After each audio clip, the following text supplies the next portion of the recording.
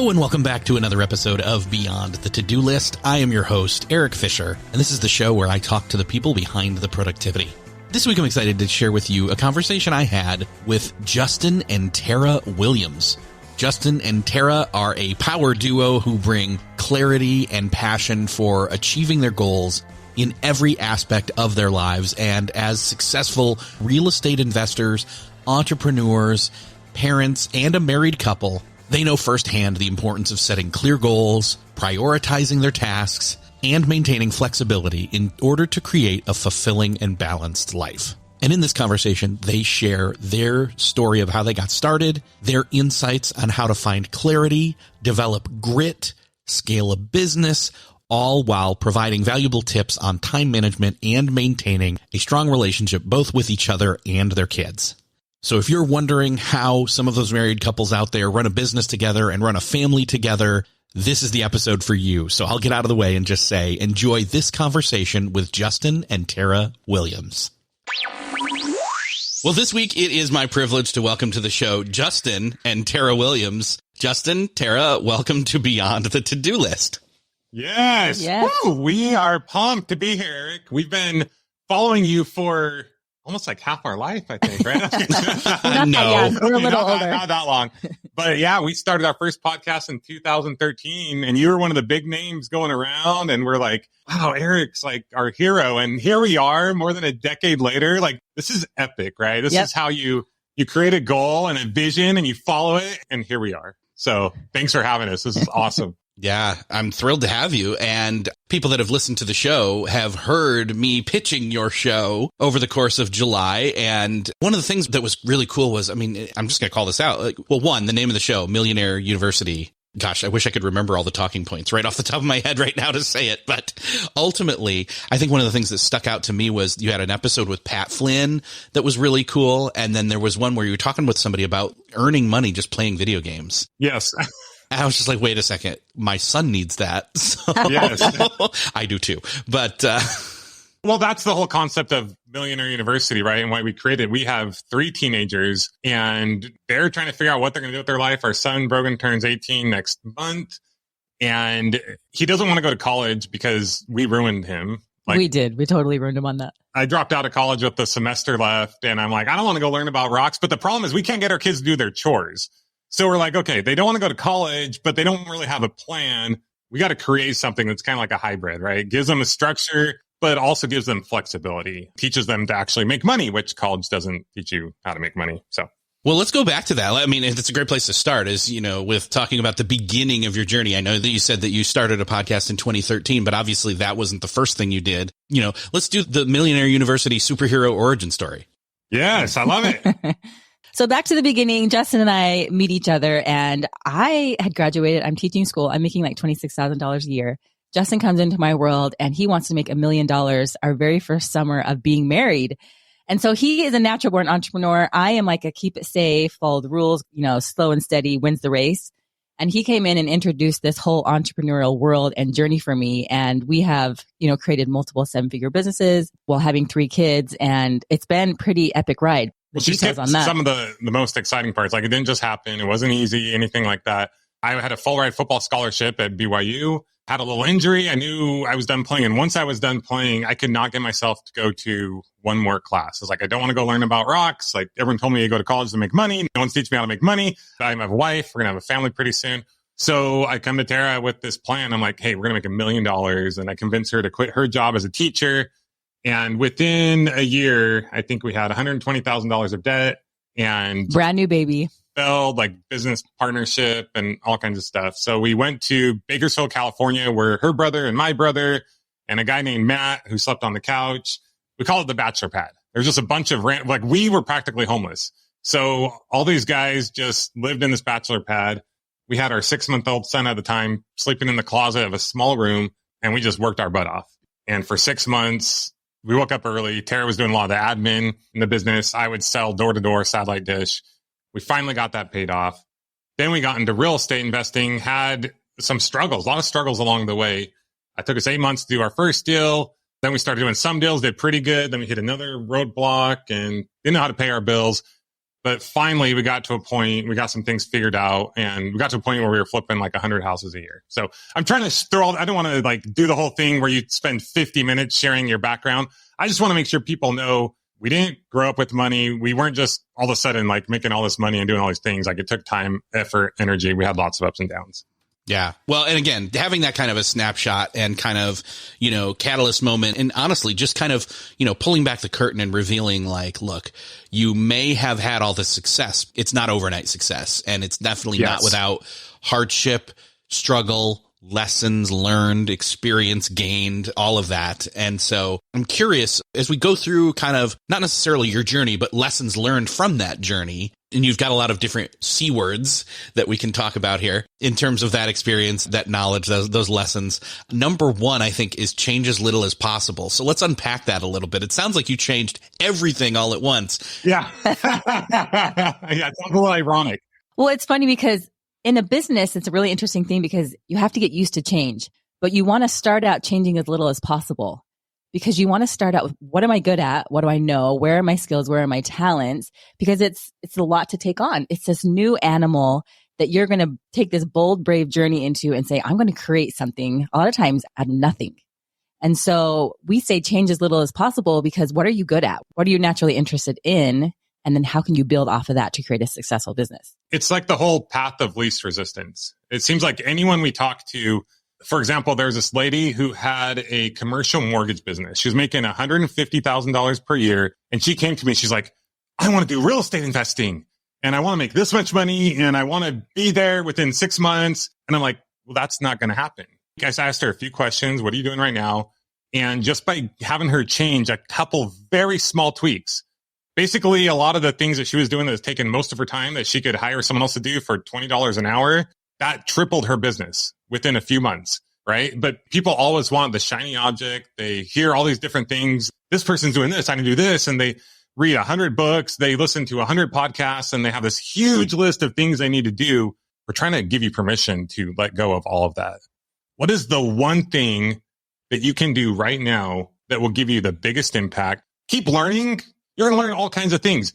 Don't do 100% of everything that we're trying to talk about in this one podcast tomorrow. What's the one or two things that you can take away from it that can give you the biggest impact? And that's where you should focus.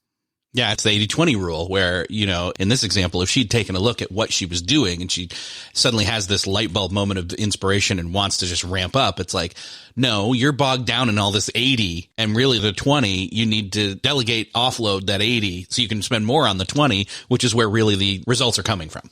Exactly. So yes, change, but change as little as possible. Give yourself permission. If you have a list of 100 books you need to read, don't do that. What's the one thing you need to do? Focus on that. And these all bleed into each other. So they'll build off each other as well. And as you start to, grow a business, like you learn a lot about yourself. Like Justin and I are married. So we have that relationship. And then we also have a business together. So we have these relationships. Now, he and I are not the same person, not even close. So I take what I have. I'm more introverted. I like structure. I'm, organizing certain things. I have certain strengths. I'm better with technology and different things. Where you have Justin, who will talk to anybody. He brings the big energy. He has this vision. He sees these strategies, these numbers. And so we're not coming into this business going, we want to make this money. I'm going to be him. He's going to be me. Like we figure out who we are. We take our strengths and then we work together. And that works the same with employees or people you partner with. It's like, what are you good at? How can you take that and evolve it? But don't go create this whole new person, this whole new animal, drain your battery, get super frustrated, super overwhelmed, and just quit because you're trying to be someone you're not. Like take what you have, the sweet goodness that you've got, and like make it into something great and evolve with it. Your genius zone. Genius zone. And to do that, you've got to have a certain level of not just self-awareness, but I mean, in your case, you have to have self-awareness of yourself, but then also awareness of, in this instance, it's your partnership, your marriage, but then also your business partnership as well. Exactly. So do you want to get into the second C? Yeah, let's go. Ready for that? So the second C is clarity. And this is something that we used to not really talk a whole lot about. It seems like everyone we talk to, they don't have, it's like, if you don't know where you're going, you're not going to, what did the Cheshire Cat say? If you don't know where you're going, all roads will take you there. I don't know. Am I getting that totally wrong? It's close. Maybe. Yeah. Yeah. Close enough.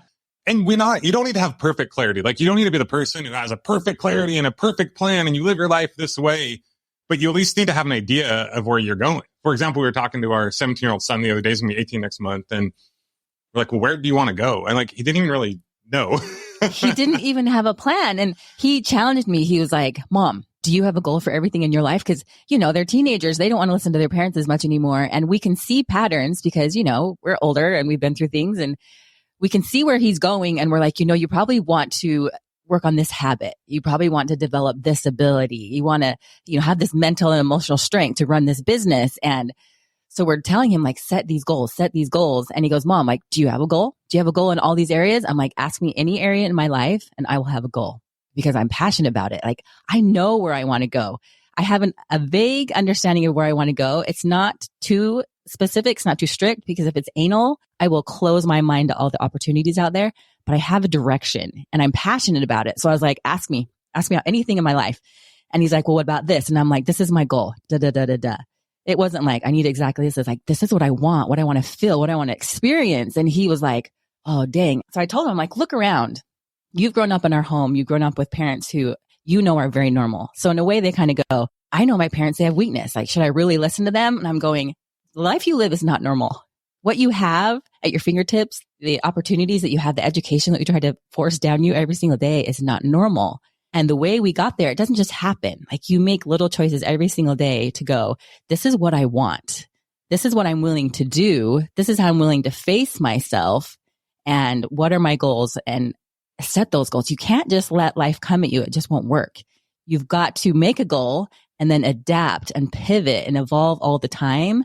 But like, set your sight on something. Like, you have one life to live. Set your sight on something, adapt, evolve with it, but have answers to those things. It's like, why just wander around in life? There's so much amazing opportunity, so many good things out there. So we're big believers in that. Yeah. So when we talk about clarity, this is your why, the buzzwords you hear. This is your why. This is your vision, your goals, your purpose, the non-negotiables. Like, it's basically, what do you want out of life and why do you want it?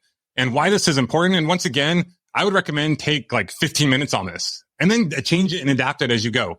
Don't spend too much time. Our goal is not to give people like this huge list of to-dos that's going to take them a ton of time to do, but very simple. Like, what are the things you want in life? Most people want similar things, but they are a little bit different. If you have a family and you want to spend more time with your family, then that's a part of what you want out of life. If you're single and you want to just work a ton, that's fine, but make sure you kind of know what you want, because what we found is a lot of people are doing things that aren't getting them to where they want to go. They kind of think they know where they want to go, but they haven't really gotten clear on it. And then that's why this is so important, because as you're going through the rest of your life journey, we're going to talk about creating a plan next.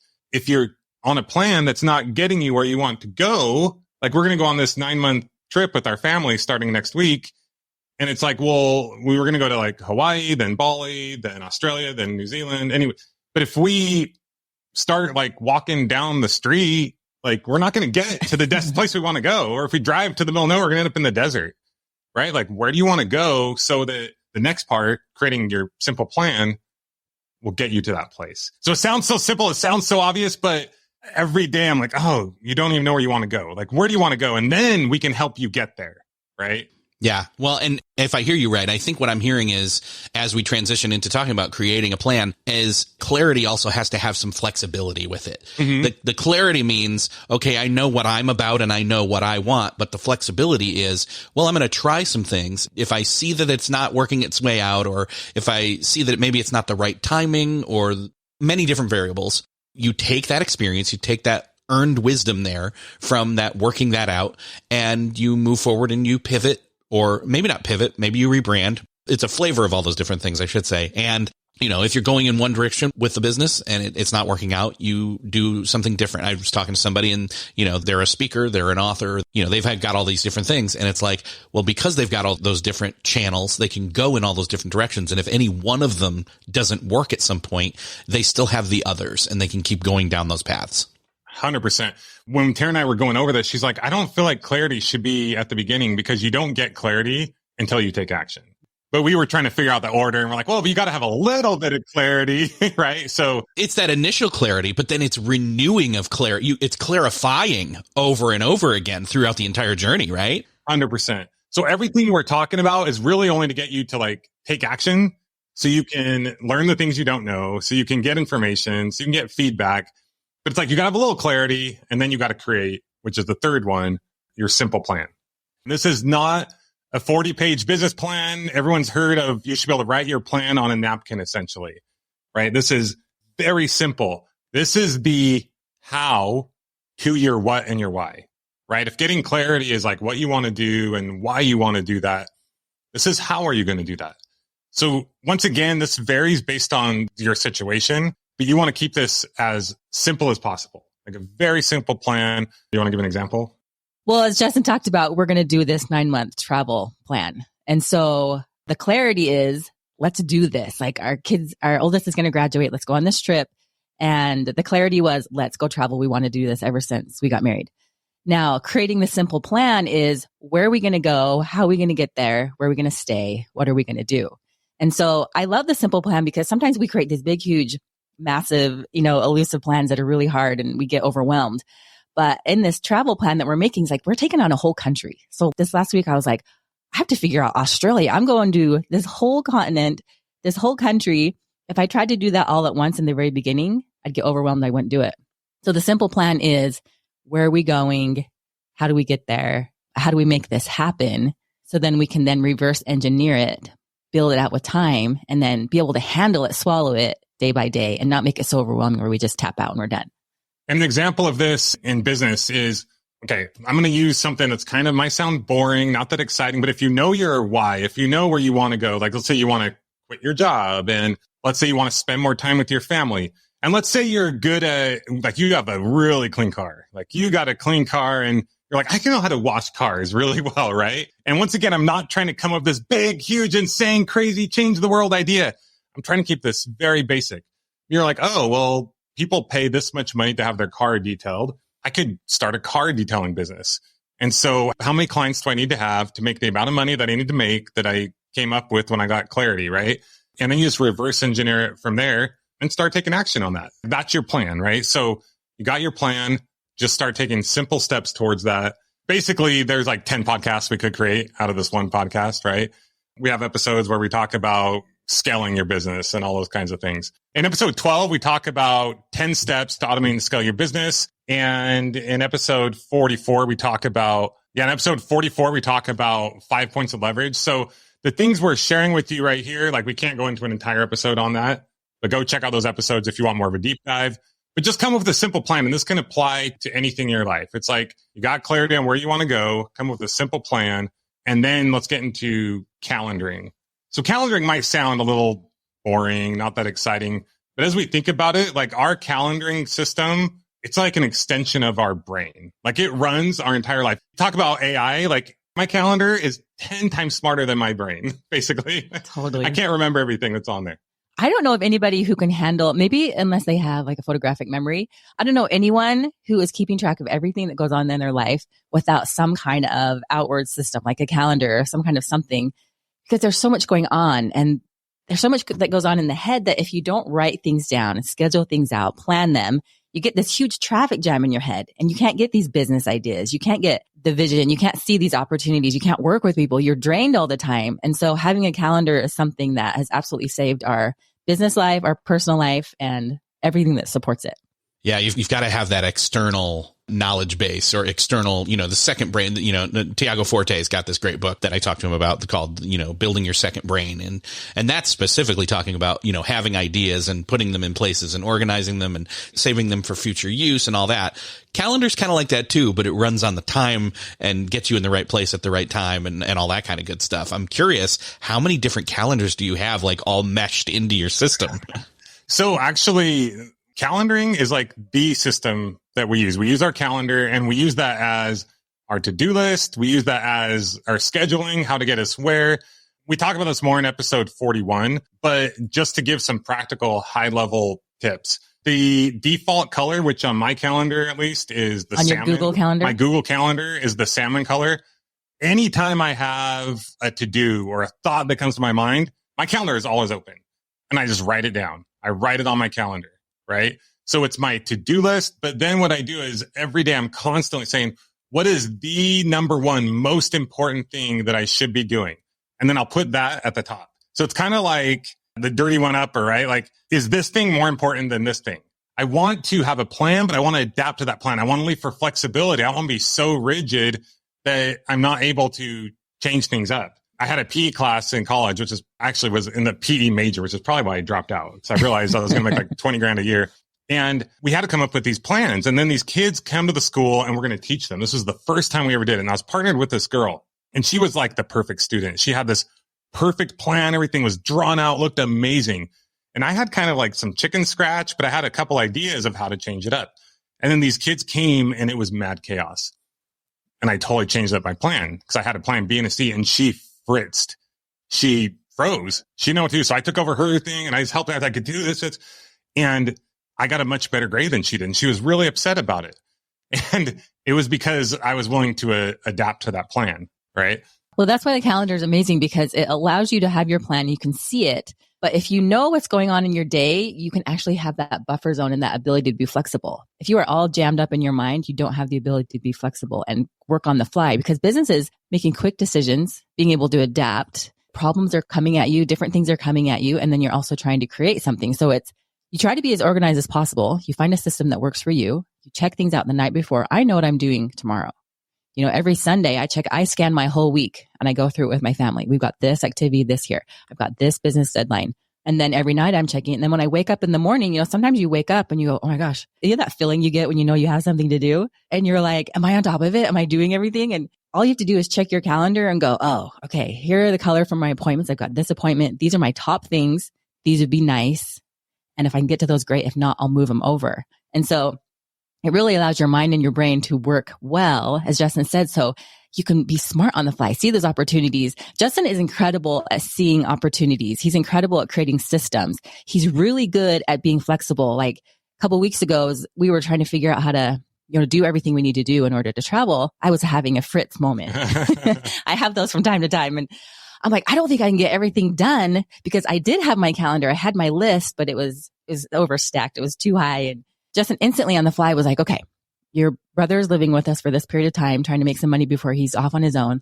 We're going to pull him from what he's doing. He's going to help you for the next 3 weeks. And boom, like that, I had a solution because over time we're like, this is what I have. This is what needs to get done. But then also we're flexible. And so having a calendar, being flexible with it allows you to get the things done that you need to get done.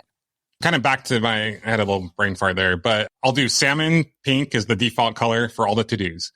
Everything in yellow is somewhere I need to be at a certain time. So even though it says 7, 8, 9, 10, like I'll just have to do, a bunch of to-do items. And then whenever it's really easy because I just move it over. If I didn't get it done, I move it over. If it's not a priority anymore, I move it under. I'm constantly changing up my priorities. And then I'll just move a bunch of things over to like the Saturday day. Doesn't mean I'm going to do them on Saturday. It's just kind of the default like holder of all things that I want to remember this, but I may not get it done. And then on Friday or even sometimes Saturday, like to me, every day is a Saturday because we kind of live our life in a flexible way, the way we want. So on Friday or Saturday, I'll go through all the things that didn't get done. I'm like, is this important anymore? Either delete it or we'll move it over. Sometimes we'll move something over like a month from now, just because I want to be reminded of it. Because at one point it seemed really important. And then I'm going to move it over in a month and it's like, oh, it's not important anymore. Delete it or keep moving it over. Right. So our calendar is essentially our brain. I mark anything in blue. Like if I put a bunch of notes inside of it, I mark it in blue. So even like this interview, it's like prepare interview for the best podcast in the world. Okay. Tied for the best podcast in the world. And then I'll write a bunch of notes as I think of those things throughout the day. You recently had an episode where I loved what this guy was talking about. He said, sometimes you have energy and desire to focus your energy in a certain way. So while I have a plan, I'll have, okay, these are my 2 to 3 initiatives, 2 to 3 main focuses that I need to do for the day. None of them have like a strong deadline, like have to be done by today, but they're things that I want to work on. And where is my mind going? Where is my energy going? Because sometimes I'm super creative. We're super creative and we want to work on something. And there are other times where I'm like, I don't want to think about that. I don't want to do it. I don't even want to have a business right now. Like, so when you're in that zone, when you're in that mood, like you want to go with that. If you're able to have that flexibility at that time. Sometimes you don't have that, but when you do, when you're feeling those creative juices and that desire, that's when you want to create content. That's when you want to do certain things. Well, speaking of that, do you have any kind of certain themed days? Like, hey, Wednesday is my, I don't know, insert here day for doing all of this specific thing. Or I notice that I'm more creative or more able to be creative all day on like a Tuesday. I don't, fill in the blanks there, but it's different for everybody. But do you have anything like that? We both kind of have the ways we function. Like I have certain times I wake up and I do certain things in the morning. I like to study. I get the kids going. We go to the gym in the morning. And then I kind of have like a blocked time. Now it's summer, so my kids are interrupting me. And so there's always this kind of moving calendar, but I like to have these blocked times where this is where I work on this because, as a mom who works from home and having children, like I need blocked times where I can turn all this noise off over here and I can function on this. Now I like to get up and I kind of like to have a little bit more of a structured day where it's like, did this done, here's this section done. From this time to this time is family time. From this time to this time is terror time. We even have like every night, Justin and I, we make sure we protect our marriage. Like this is our time from this time to this time. Like kids, we love you. Get out of here. Go to bed. And so that's how I work. Now, Justin is creative all the time. In the middle of the night, in the morning, he wakes up and he has ideas. He's going and he likes to have like kind of this flow. Like he knows what he wants to do and he has things that he's going to get done, but he'll move with it. He'll flow with it a little bit more where I like it a little more structured because he likes that space. He likes to be able to give everybody everything because he always says like, I'm not good at anything. I'm not good at anything. The best thing I can do is to give it to everybody else. You guys do the day-to-day stuff, in the weeds so that he can actually have the space to have these ideas. And he gets these brilliant strokes of genius all the time. And most of the time I'm like, that's awesome. Sometimes we're on a date and I'm like, that sounds amazing, sweetheart, but let's talk about that later. And so it really kind of depends on what is your role. Justin is the visionary in this business and he's thinking of strategies, how to work with people. And so while we have calendars and things that work for us, we also do just what, we said, what works for you and to have that flexibility to move with it too. So yeah, my personality could be very jarring. Sometimes I'm like, yes, we're going to create $1 billion business. I'm like, and then like an hour later, I'm like, I don't really want to do anything. But the cool thing about having systems, processes, and a great team is when you're a little bit off, those people can pick that up. Right. And I know it takes time to get there. You got to build the machine so the machine can operate without you. But that's kind of, how I operate. If anything, I have so many ideas and I'm excited. I have to protect family time. I've gotten better at it. But there have been times in our marriage where it's like, okay, 6:00, I have to like shut it off because no, we're talking about business. Focus. But we do I'm a very procrastinate on purpose type person, I guess you could say. Mm-hmm. Like I don't usually know my next episode until like a couple days before. I'll have an idea of certain things. Like I know you and I are going to talk on Tuesday. So I'm like, okay, I can throw an episode in here and here, but it's just kind of my personality. But something magical happens when I know I do have a deadline, like a podcast has to be done tomorrow. It just starts to come. So that's not ideal. I don't recommend it for everybody, but it kind of works. That's your style though. I mean, that's how you're wired. Yeah. I mean, I'm very much like that as you are too. Like I can create artificial deadlines that are earlier than the real deadline, but I still know when the real deadline is. So I know like, all right, I can put this off till whenever. And then it's like, okay, now it's go time. Totally. I'm way more efficient that way. So It's kind of a weird deal, right? But it works for us. And sometimes, like the other day, a few weeks ago, my son had a trampoline competition in Michigan, and I literally am creating like the intro and outro of a podcast, the gaming one, right, in this airport. But you just go with it. It's like I have no other choice. And it ended up being a pretty cool episode where I talked about my situation. And I think people are able to relate to that. Let's be honest, like to have a business, to have a marriage, to have kids, to live, to be human, you got to have some grit. You got to be willing to get down in there and do the hard things. And, why we created Millionaire University is because like for our kids, the people like our kids or adults or different people who are going, I want more, but it's like, what are you willing to do? You can't sacrifice everything. So I was telling Justin the other day, I'm like, we're moving, we're going to travel, we are going to be running a business. So we're doing all these different things. And what I love about Justin and he and I is like, we have this grit. We are willing to be brave enough to say we want something. And then we're brave enough to like, do it, to hustle, to work hard. But then we're also brave enough to stop and go, okay, that was too much. We pushed a boundary there. We overdid it. We're geared and kind of wired to do things, figure things out. And with solve problems, I go for it. You have an idea? Let's go for it. But sometimes we overdo it. But I love that I'm married to someone and working with someone who has grit. Like I know I can come to Justin and be like, this is literally what happened. Like, hey, instead of doing this, like, why don't we travel the world with our family? Because we talked about this. And I knew he is the kind of person that would go, let's do this. Like he'll figure it out. He'll work hard. And then he'll also help me as I fritz and do all these different things. And so just grit, the ability to like get in there and check out your calendar, but like actually do what's on your calendar. Because writing it down is easy, like actually doing the thing on your calendar, it takes some grit. And I love a man with a little grit. We should do this episode every day. Wow. You keep talking about me. None of this would be possible without Tara. She's amazing. I like my husband. All right. Before everyone's like, okay, get a room. Yeah. And I completely agree with you when you're talking about grit. I think it's funny that this is coming up because even recent conversations that I've recorded that aren't out yet have come up with that word like in the mix at some point. It's like, I think the thing is like when people think of that word, they think of things like white knuckling, bearing down on things and like actually gritting your teeth and just, okay, we're just going to get through this. And it's like, yeah, there's some of that to that, but life shouldn't be like that all the time. That's not what grit should really mean. It should be really, again, the person I was talking with, they said, it's not just about like having that persistence, that resilience. It's resilience in terms of something happens and it rolls off your back and you keep moving forward like a duck in the water flowing forward. I totally agree because grit to me is, I think the hardest grit to develop is to face yourself. So when you have a business, when you have relationships, when you're trying to be healthy, it's going to expose you.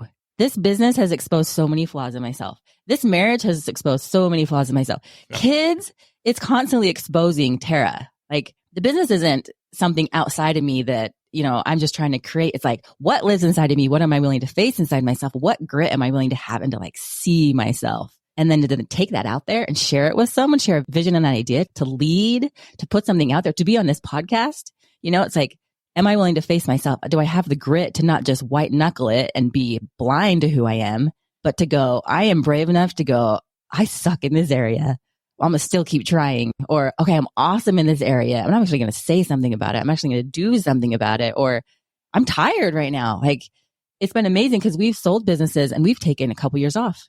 Do you know how hard it is for someone who is a doer to like take time off and face themselves? Sometimes that's been the grittiest couple years of my life. And so the grit to go, I want to live a life that I enjoy. It takes a lot of courage. I want to be the kind of person who enjoys their life. I want to be the kind of person who has something to give. That takes some grit. And so sometimes we're not white knuckling it, but most of the time it's like, what do you want to create? What are you willing to do? Are you willing to face yourself?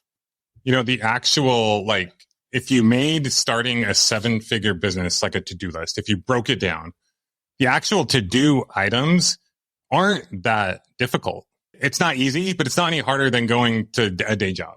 The difference is, like Tara said, you're constantly facing yourself. And that is the thing that we fear the most. But if you can do that, like if I Tara doesn't like this analogy, but if I was a dictator, I held a gun to someone's head and I said, do this, do this, do this. And they only had to work like 30 to 40 hours a week. They would create a 7-figure business, right? It's just, they don't want to call their neighbor and say, can I wash your car? They don't want to. Mm-hmm. It's just like, what if we get rejected? Like all these things that are not really real fears, but are a part of our fight or flight. Like it's like, if a bear is there and we start to freak out and run, that makes sense. But if someone's going to reject me, like it's not logical that freaks us out, but it does. So being aware of those things and being able to push through those things regardless, that's how you accomplish anything in life. That's how you self-develop. That's how you're able to become a 7-figure business owner. All businesses, all family, like it's really self-development, right? You gotta develop yourself to be able to find happiness and accomplishment in these things. Yeah, it's that self-awareness and having that constant improvement, not just to your plan, which we're talking about in a second, but to yourself. Yes. Mm-hmm. So that leads us into constant. I think he was setting us up there. That's the exact one, constant improvement. So we kind of already covered some of these things. We mentioned different episodes where you can find like how to grow and scale your business. But essentially for me, it's kind of funny because the first one was change as low as possible. But the main reason why I see people don't actually scale their business is because it's not on their mind to scale their business. It's not even a goal, like to automate. For me, I'm constantly, like Tara said, like I have a lot of plans and ideas and thoughts, but it's not like this time I have to do this thing in this way.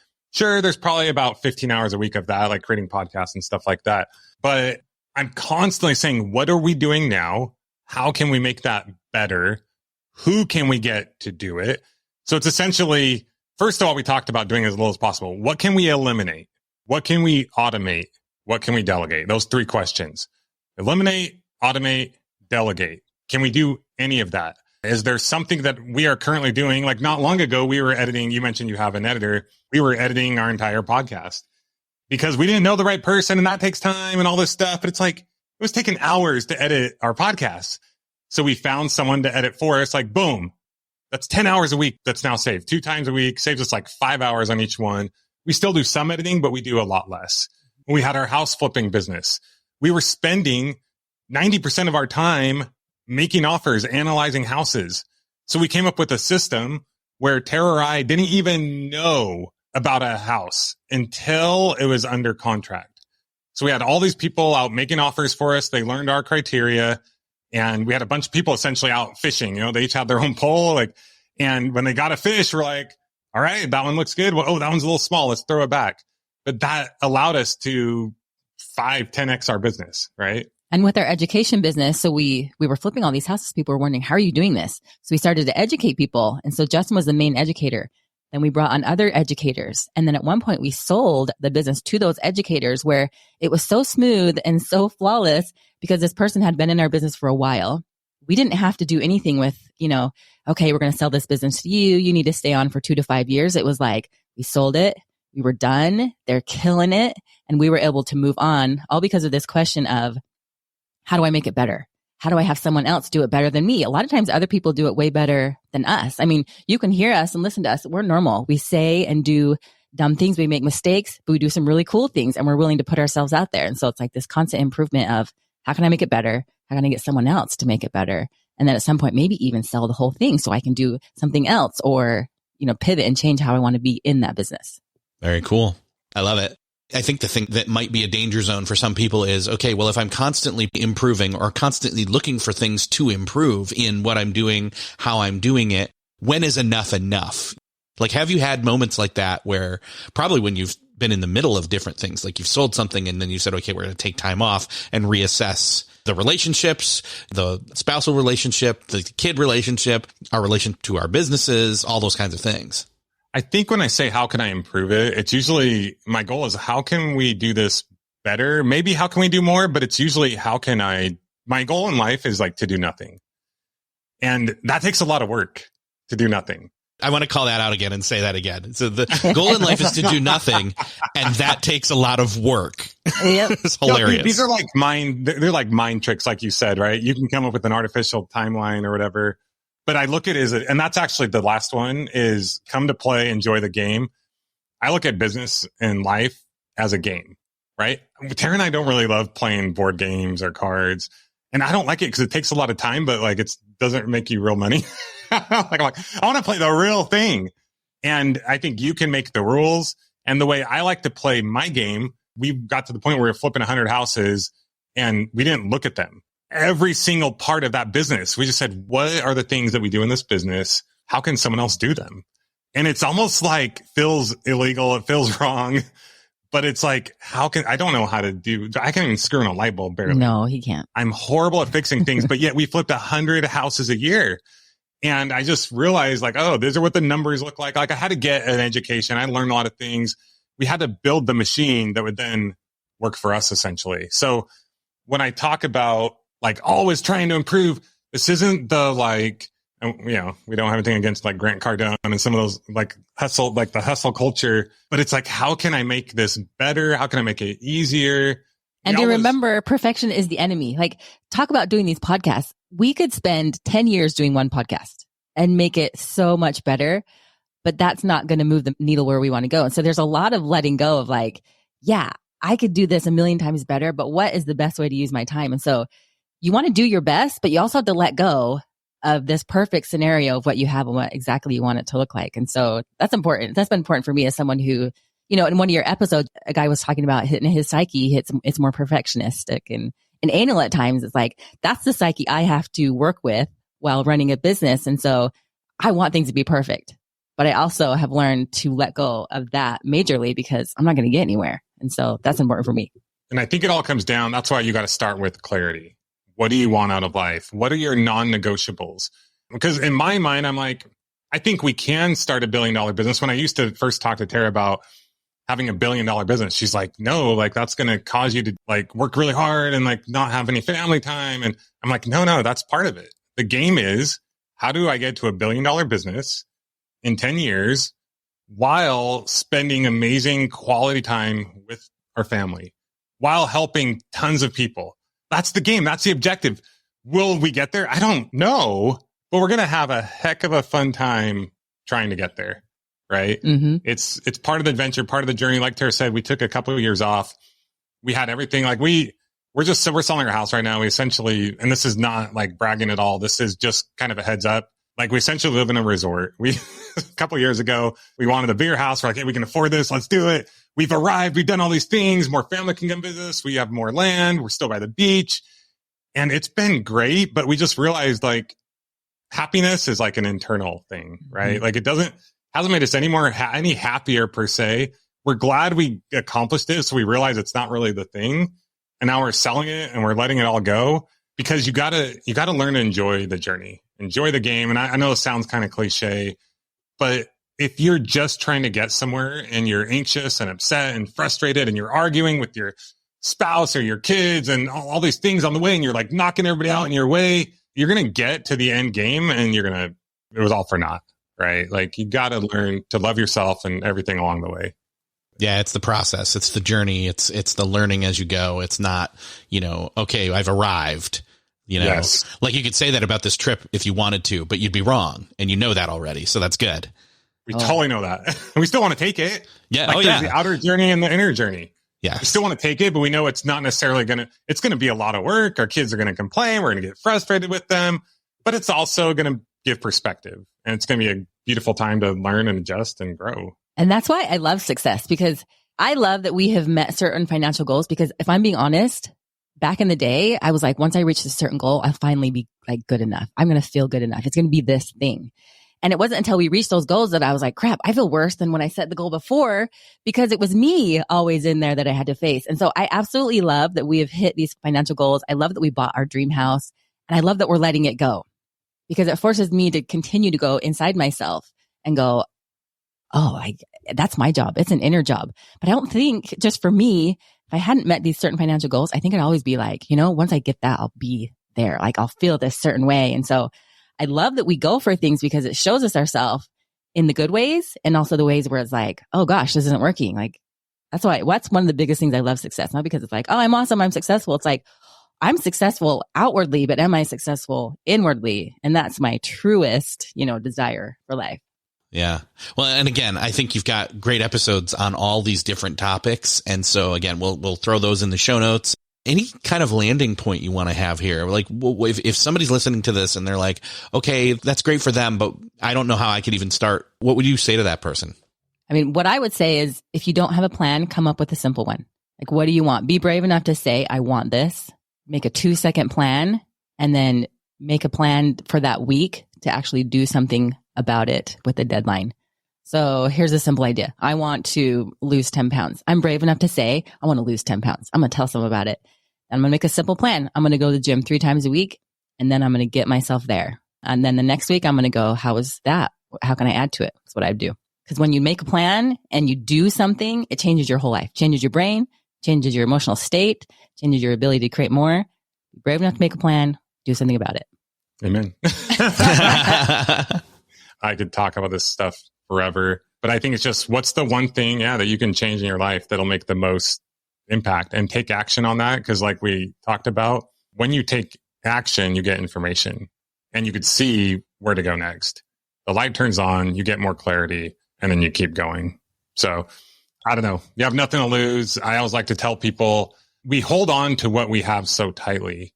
But the truth is, there's so, like, the world is yours, not to get cheesy or cliche, but the most money you're losing is the $1 million that you're not making, that you currently could be making if you let go of all your stuff. And once again, it's not about like, go make millions of dollars, but it's like, you can really have what you want in life. Just have that vision, have a simple plan, and then just one step at a time. Not going to be an overnight success, but that's all it is the daily, not grind, but the daily just, now I'm going to do this next thing. I'm going to do this next thing. What are my priorities today? Okay, I didn't get it all accomplished. No big deal. Work on it tomorrow. Just keep the steady march and love the journey. Awesome. Where can people go to find out more about what you're doing, and even maybe follow along on your trip if you're taking pictures and posting them, etc.? 100%. So millionaireuniversity.com is our website. Millionaire University podcast, wherever you listen to your podcast. And then Tara's more of the Instagram. She does more of that than me. Yeah, I'll be sharing some things on my personal Instagram, just Tara Williams. But yeah, it's going to be an adventure. I'm excited. Awesome. I can't wait to see what's coming up next, and looking forward to talking again sometime in the future. Awesome. Thanks for having us. This has been a lot of fun. Well, that's another podcast crossed off your listening to-do list. I hope that you enjoyed listening in on this conversation with Justin and Tara as much as I enjoyed talking with them. Don't forget to check out everything that they mentioned in the show notes, including their podcast at beyondthetodolist.com. That's also where you can share the show. If you found this episode helpful, insightful, inspirational in any way, would you do me the favor of sharing this episode with someone you know needs to hear it? Again, the show notes over at beyondthetodolist.com provide you all the ways to do that, as well as you can hit the share button right where you're listening to this right now. Also, don't forget to check out the great deals from our sponsors and support this show by going to beyondthetodolist.com/sponsors or clicking the link in the show notes. Thanks again for supporting the show. Thanks again for sharing. And thank you again for listening. I will see you next episode.